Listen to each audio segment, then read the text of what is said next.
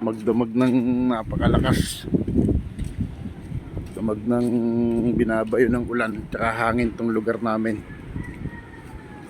Tapos ito na guys, ang alon. Ayan oh, punta ako sa playa eh. Ayan, nakita nyo naman ang alon oh. Grabe sa lalaki. Talagang pumipisa na may sa malayo pa lang. Lalaki. Baka ng alon. Ano?